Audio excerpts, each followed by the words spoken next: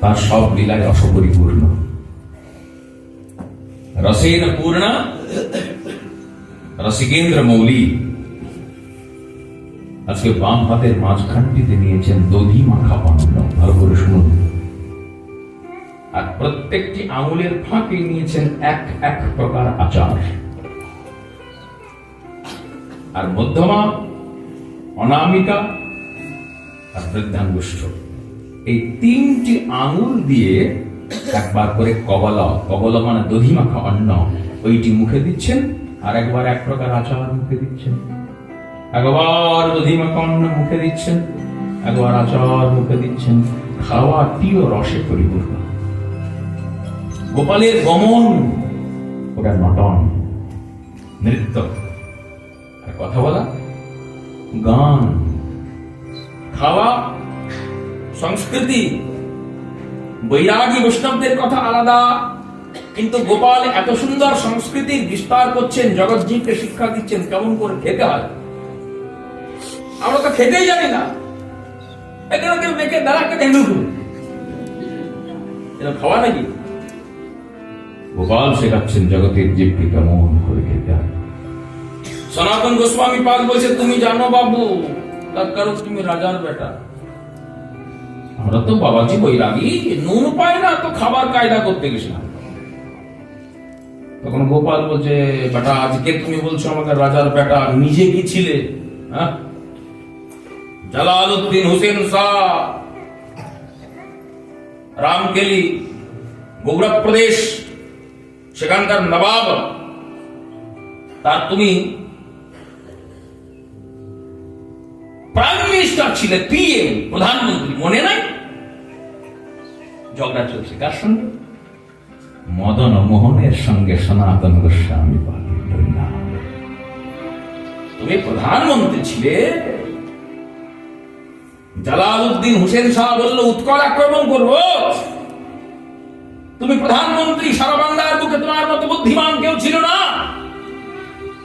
তুমি বললে না না নবাব সাহেব, আমি আপনাকে সঙ্গ দিতে পারবো না, তার কারণ আমি জানি আপনি শুধুমাত্র রাজাকে আক্রমণ করবেন না, মুরত থাকলে করুন, আপনি পথে যতগুলো মন্দির পাবেন মন্দিরগুলো ভাঙবেন। আমি সনাতন ধর্মাবলম্বী, ওই মন্দির ভাঙাতে আমি অন্তত পক্ষে আপনার সঙ্গ দিতে পারবো না, পরিষ্কার বলে দিয়েছিল। মুরত থাকলে রাজার সঙ্গে ডাইরেক্ট যুদ্ধ করুন, মন্দির ভাঙবেন কেন? এটা কাপুরুষতা, মধ্যযুগীয় বর্বরতা। সনাতন গোস্বামী পাল সারি দেননি। জালালউদ্দিন হোসেন শাহ উৎকল আক্রমণ, ইতিহাস পড়বেন, বাংলার ইতিহাস, ইতিহাস থেকে কথা বলছি। উৎকল আক্রমণ করলেন, এদিকে সনাতন গোস্বামী পালকে জেলে বন্দী করে দিলেন। রূপ গোস্বামী তার আগেই মহাপ্রভুর চরণে আশ্রয় গ্রহণ করেছেন। 7 লক্ষ স্বর্ণ মুদ্রা, ভাবুন কত দাম হতে পারে আছে। রূপ গোস্বামী পাল এক ব্যবসায়ীকে দিয়ে দিলেন, এই রাখো বাবা, প্রয়োজনে ব্যবহার করতে পারি।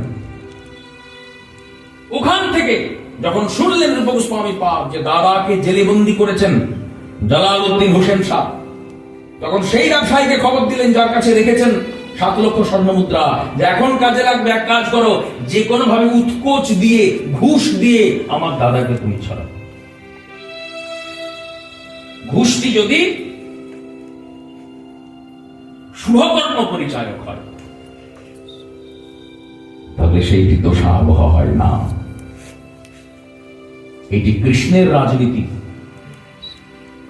নিরস্ত্র কর্ণকে কৃষ্ণ মারতে বললেন অর্জুনকে, শোনো, এই সময় কর্ণের রথের চাকাটা মেদিনী গ্রাস করেছে, নিরস্ত্র মেরে দাও। অর্জুনের হাত কাঁপছে। কর্ণও বলছে, তোমার কেমন বিচার?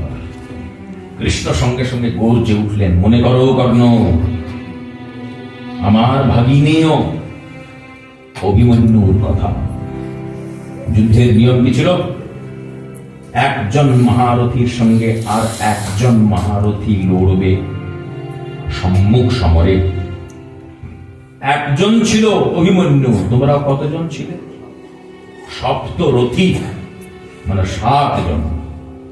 তাহলে 7 জন মিলে নাবালক অভিমন্যুকে মেরেছ, তাও সম্মুখ সমরে নয়, নিরস্ত্র অবস্থাতে পেছন থেকে, তখন তোমাদের এই নীতি জ্ঞান কোথায় ছিল? তখন তোমাদের এই ধর্মবোধ কোথায় ছিল? তার মুখেই ধর্মের কথা মানাই যে 1 থেকে 100 আনুপদ্বিক সব ধর্মময় করে, তোমার মুখে ধর্মের কথা মানাই না। অর্জুন, মান ছাড়ো, কর্ণ করো। আজকে সেই নীতি ফলো করছেন কে? রূপ গোস্বামী পাদ। জালালউদ্দিন হোসেন শাহ একাধিক মন্দির ভেঙেছেন, হিন্দুদের উপর মাঝে মাঝে অত্যাচারও করেছেন, মোটেও ধর্মোচিত কাজ করেননি।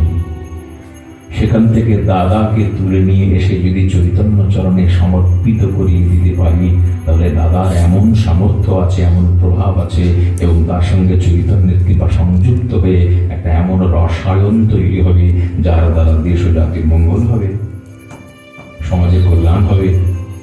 সমাজের কল্যাণের জন্য যদি কাউকে কিছু পয়সা দিতে হয়, তাও সেটা পাপের হয় না, তাও সেটা অধর্মের হয় না। রূপ গোস্বামী পাদ সেই ব্যবসায়ীকে খবর দিলেন, ব্যবসায়ী ঘুষ টুস দিয়ে সনাতন গোস্বামী পাদকে উন্মুক্ত করলেন। মদন গোপাল, মদন মোহন সনাতনকে বলছে, ভুলে গেলে তুমিও তো প্রাইম মিনিস্টার ছিলে, পিএম, আমাকে বলছো রাজার বেটা? হ্যাঁ প্রভু, ছিলাম বটে, কিন্তু এই প্রধানমন্ত্রিত্ব সব তো তোমার চরণ অরবিন্দে বিসর্জন দিয়েছি। ভালো না খাইব, ভালো না বই পড়িব, অমানি মানব হইয়া কৃষ্ণ নাম গাব। তুমি তো চৈতন্য স্বরূপে জগতের জীবকে শিখিয়েছ। তোমার এই স্বরূপটা দেখেই তো ভট্টাচার্য মহোদয় লিখেছেন, বৈরাগ্য বিদ্যা নিজ ভক্তি যোগ শিক্ষার্থমেকঃ পুরুষ পুরাণ শ্রীকৃষ্ণ চৈতন্য শরীরধারি কৃপাম্বুধীর্যস্তমহং প্রপদ্যে। বৈরাগ্য বিদ্যার কেমন হয় নিজে আচরণ করে তুমি তো চৈতন্য হয়ে জগৎকে দেখিয়েছ। আর আজকে তুমি সক্ষলীলার প্রাঙ্গণে খাওয়া শেখাচ্ছ নিখিল বিশ্ব ব্রহ্মাণ্ডকে। যাদেরকে শেখাবে তাদেরকে শেখাও। আমরা বাবাজি বৈরাগী, ওই তোমার প্রসাদ দলা করব আর মুখে পূর্ব, দলা করব আর মুখে পূর্ব, তা পরগে কবল কিন্তু সুন্দর মুখে দিচ্ছে, একটু করে আচার মুখে দিচ্ছে।